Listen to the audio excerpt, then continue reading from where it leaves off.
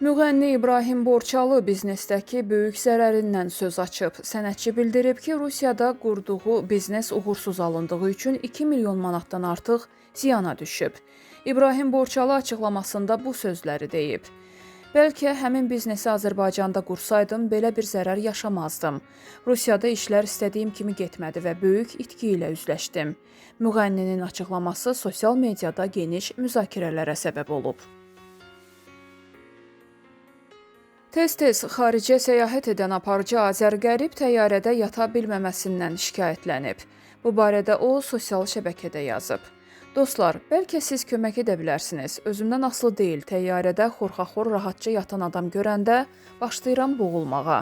Yəni, həsəd hissi məni boğur, qan sızır beynimə ki, bu xoşbəxtliyi mən niyə yaşaya bilmirəm? Balışdan bərk yapışıram ki, əlimdən xata çıxmasın. Yazıqdılar.